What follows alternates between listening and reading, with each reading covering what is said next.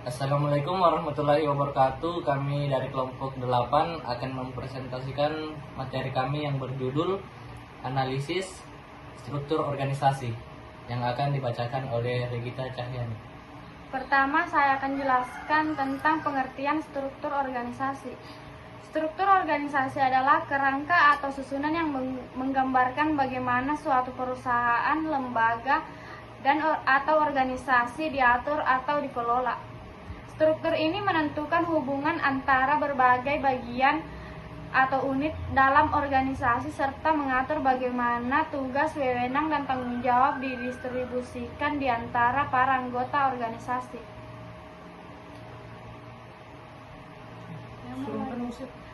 Selanjutnya yang akan dijelaskan oleh Amal. Fungsi struktur organisasi. Berikut penjelasannya. 1. Memberikan kejelasan tanggung jawab. Struktur organisasi memastikan bahwa setiap individu atau tim dalam perusahaan memahami tanggung jawab mereka dengan jelas. Dengan pembagian tugas yang spesifik, karyawan tahu apa yang diharapkan dari mereka dan siapa yang harus bertanggung jawab atas tugas tertentu. Ini mencegah kebingungan dan memastikan bahwa pekerjaan dapat diselesaikan secara efisien. Yang kedua, menentukan posisi koordinasi setiap unsur perusahaan. Struktur organisasi mengatur posisi setiap individu atau tim dalam perusahaan, menentukan peran mereka dalam hierarki dan memastikan koordinasi yang efektif dan memastikan antara bagian unit atau departemen. Yang ketiga, menjelaskan jalur hubungan antar hierarki. Struktur organisasi menunjukkan bagian hubungan pelaporan dan komunikasi antar tingkat manajemen yang diatur. Ini termasuk siapa yang melapor kepada siapa dan bagaimana keputusan mengalir dari manajemen puncak ke tingkat operasional. Jalur hubungan ini memastikan bahwa keputusan dan informasi penting dapat didistribusikan dengan tepat dan efisien. Yang keempat, memberikan deskripsi tugas dengan jelas. Struktur organisasi menyediakan deskripsi tugas yang jelas untuk setiap posisi. Memastikan bahwa karyawan memahami peran mereka dalam organisasi. Deskripsi tugas ini mencakup apa yang harus dilakukan, standar kerja yang diharapkan, dan bagaimana tugas tersebut berkontribusi terhadap tujuan keseluruhan perusahaan. Baik, materi selanjutnya akan dibacakan kepada Muhammad Iwansyah. Jenis-jenis struktur organisasi dalam perusahaan. Berikut penjelasannya. Struktur organisasi yang dipilih oleh sebuah perusahaan sangat dipengaruhi oleh ukuran, kompleksitas, dan tujuan strategisnya. Setiap jenis struktur memiliki kelebihan dan kelemahannya sendiri, dan pemilihan yang tepat dapat meningkatkan efisiensi operasional, koordinasi, dan pengambilan keputusan dalam perusahaan. Berikut penjelasan dari masing-masing jenis struktur organisasi dalam perusahaan yang ada. Yang pertama, struktur organisasi fungsional. Struktur ini mengelompokkan tugas dan tanggung jawab berdasarkan fungsi atau keahlian tertentu. Setiap fungsi seperti pemasaran, produksi, keuangan, atau sumber daya manusia memiliki departemen atau divisi sendiri yang dikelola oleh seorang manajer fungsional. Struktur ini memungkinkan spesialisasi yang mendalam dalam setiap fungsi. Yang kedua, struktur organisasi divisional. Struktur ini mengelompokkan unit kerja berdasarkan produk, layanan, atau wilayah geografis. Setiap divisi beroperasi sebagai unit yang terpisah dengan fungsinya sendiri seperti pemasaran, produksi, dan keuangan, yang semuanya melapor kepada kepala divisi. Struktur ini memungkinkan fokus yang lebih tajam pada produk atau pasar tertentu. Sebuah perusahaan multinasional dapat memiliki divisi berdasarkan wilayah seperti divisi Asia Pasifik, divisi Eropa, dan divisi Amerika, yang masing-masing bertanggung jawab atas operasional di wilayah mereka. Yang ketiga, struktur organisasi lini. Struktur lini adalah bentuk organisasi yang paling sederhana, di mana jalur komando berjalan langsung dari manajemen puncak ke bawahannya tanpa ada fungsi pendukung atau staf spesialis. Setiap karyawan melapor langsung kepada satu atasan. Struktur ini memberikan jalur komunikasi yang jelas dan cepat. Perusahaan kecil atau usaha keluarga seringkali menggunakan struktur lini, di mana pemilik atau direktur perusahaan langsung mengawasi semua operasi. Yang keempat, struktur organisasi, lini, dan staf. Struktur ini menggabungkan hierarki lini dengan dukungan staf spesialis. Selain jalur komando langsung, organisasi ini juga memiliki staf fungsional yang memberikan nasihat dan dukungan kepada lini manajerial. Struktur ini memperkuat pengambilan keputusan dengan menyediakan keahlian tambahan. Yang kelima, struktur organisasi matriks. Struktur matriks menggabungkan elemen-elemen dari struktur fungsional dan divisional dalam struktur ini. Karyawan melapor kepada dua atasan, satu manajer fungsional dan satu manajer proyek atau divisi. Struktur ini memberikan fleksibilitas yang lebih besar dan memungkinkan penggunaan sumber daya yang lebih efisien. Yang keenam, struktur organisasi komite atau proyek. Struktur ini berfungsi pada pembentukan tim atau komite khusus yang bertanggung jawab atau proyek tertentu. Tim ini biasanya dibentuk untuk jangka waktu tertentu dan dibubarkan setelah proyek selesai. Struktur ini cocok untuk proyek yang membutuhkan kolaborasi lintas fungsional. Materi selanjutnya akan dibacakan oleh Regita Cahyani. Yang kelima yaitu contoh posisi dalam struktur organisasi. Berikut adalah 5 contoh posisi yang terdapat dalam struktur organisasi. Yang pertama yaitu direksi.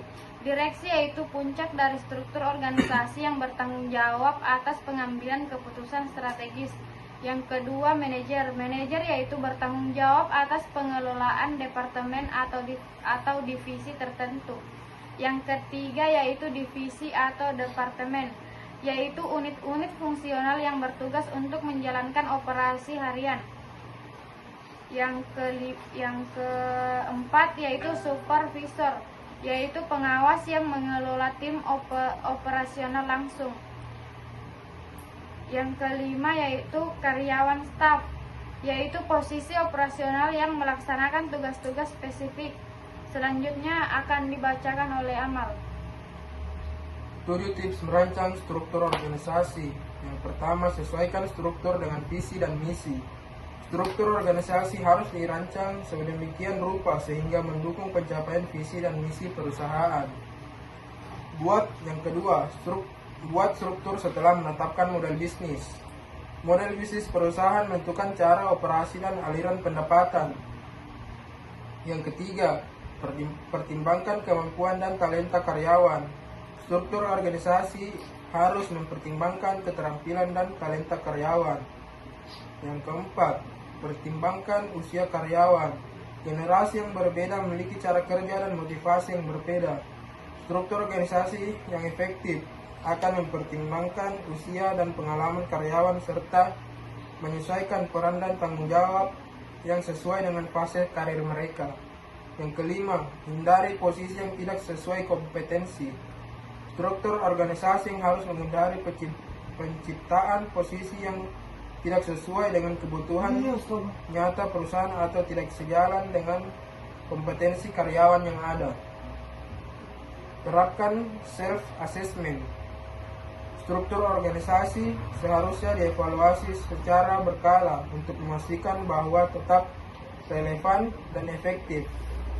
Self-assessment memungkinkan perusahaan untuk menilai apakah struktur yang ada masih mendukung tujuan dan operasi perusahaan. 7. Buat struktur yang sederhana. Struktur organisasi yang sederhana akan memudahkan komunikasi dan operasi. Hindari kompleksitas yang tidak perlu, karena ini dapat memperlambat proses pengambilan keputusan dan menghambat efisiensi. Dan materi selanjutnya akan dibacakan oleh Muhammad Iwansyah. Contoh-contoh struktur organisasi. Berikut penjelasan dan contoh-contoh struktur organisasi. Yang pertama, struktur organisasi mahasiswa. Struktur organisasi mahasiswa biasanya dirancang untuk mengatur berbagai kegiatan dan program yang dilakukan oleh mahasiswa dalam lingkup kampus. Struktur ini seringkali terdiri dari berbagai departemen atau divisi seperti akademik, seni, olahraga, dan sosial, yang masing-masing dipimpin oleh seorang ketua atau koordinator. Yang kedua, struktur organisasi Karang Taruna. Karang Taruna adalah organisasi pemuda yang fokus pada kegiatan sosial dan kemasyarakatan. Struktur organisasi Karang Taruna biasanya mencakup pengurus inti seperti ketua, sekretaris, dan bendahara, serta beberapa divisi yang mengenai bidang tertentu seperti lingkungan, olahraga, pendidikan, dan kesehatan. Yang ketiga, struktur organisasi perusahaan. Struktur organisasi perusahaan mengatur bagaimana berbagai departemen dan posisi dalam perusahaan saling berhubungan. Struktur ini bisa sangat bervariasi tergantung pada ukuran dan jenis perusahaan. Perusahaan kecil mungkin memiliki struktur yang lebih sederhana, sedangkan perusahaan besar cenderung memiliki struktur yang lebih kompleks dengan berbagai divisi seperti keuangan, pemasaran, produksi, dan sumber daya manusia. Yang keempat, struktur organisasi pemerintah. Struktur organisasi pemerintah biasanya berbentuk hierarki yang jelas, di mana terdapat tingkatan yang berbeda untuk jabatan administratif dan fungsional. Struktur ini diatur untuk memastikan efisiensi dalam pengelolaan tugas-tugas pemerintah dan pelayanan publik. Hierarki dalam organisasi pemerintah mulai dari lembaga tertinggi hingga tingkat lokal, dengan setiap tingkatan memiliki fungsi dan tanggung jawab yang spesifik. Materi selanjutnya akan dibacakan oleh Egita Cahyani. Selanjutnya, kapan struktur organisasi fungsional tepat digunakan? Struktur organisasi fungsional tepat digunakan ketika perusahaan memiliki fokus pada efisiensi operasional dan spesialisasi.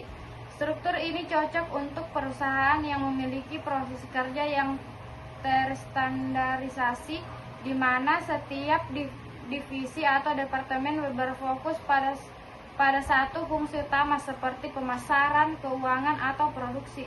Biasanya ini efektif untuk perusahaan berukuran menengah hingga besar yang memiliki stabilitas dan skala operasi serta memerlukan keahlian khusus di setiap bidang.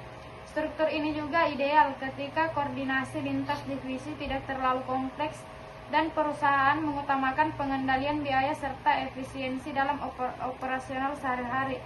Selanjutnya yang akan dibacakan oleh Amal. Apa keunggulan struktur organisasi fungsional? Struktur organisasi fungsional unggul karena memungkinkan spesialisasi dalam setiap departemen, meningkatkan efisiensi dan pengawasan. Selain itu, struktur ini membantu menghemat biaya dengan mengoptimalkan sumber daya dan memberikan jalur karir yang jelas bagi karyawan. Kontrol juga lebih terpusat, menggunakan manajemen dalam menguasai personel setiap fungsi. Mengapa struktur organisasi perusahaan bisa berubah? Karena struktur organisasi perusahaan bisa berubah karena adanya pertumbuhan bisnis, perubahan strategi, inovasi teknologi, atau penyesuaian terhadap dinamika pasar. Perubahan ini dilakukan untuk meningkatkan efisiensi, fleksibilitas, dan adaptabilitas perusahaan terhadap tantangan dan peluang baru. Sekian presentasi video dari kami dari kelompok 8. Jika ada salah kata, mohon dimaafkan. Wassalamualaikum warahmatullahi wabarakatuh.